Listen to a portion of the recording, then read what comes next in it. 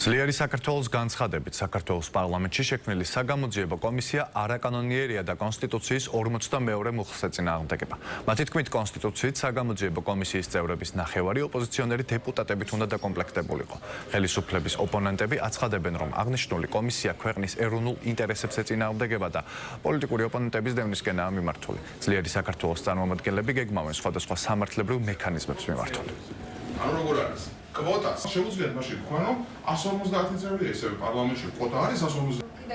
ეგრეთ წოდებული საგამოძიებო კომისია ფორმალურად ეწინააღმდეგება საქართველოს კონსტიტუციის 42 მუხლს. კომისიის წევრთა ნახევარი უნდა იყოს ოპოზიციაში. ეგრეთ წოდებულ მასხარებს დაარქვეს ოპოზიცია, მაგრამ აქედანაც რომ გამოვიდეთ, მაინც არ არის 50% ამ შემთხვევაში ოპოზიციური, ვითომ ოპოზიციური წევრებისა. რასაც დღეს პროკურატურა საუბრობს, რომ გახარიას პარტიას მას გამოუყვეს კვოტა და ცდილობენ გახარიას პარტიით ამის გამართლებას, არ გამოუვათ, ვინაიდან საქართველოს კონსტიტუცია პირდაპირ საუბრობს, რომ წევრთა ნახევარი უნდა იყოს ოპოზიციის, წევრებს აქვს სახელი და გვარი, კვოტას არ აქვს სახელი და გვარი. ხელოს ეტყვი ერთ რამეს, რომ ყველაზე დიდი დარღვევა კონსტიტუციის მოქალაქეების ინტერესებისა დემოკრატიისა არის ის, რასაც ისინი ყოველი არჩევნების შემდეგ პარლამენტის საბოტაჟის მხრივ ეწევიან.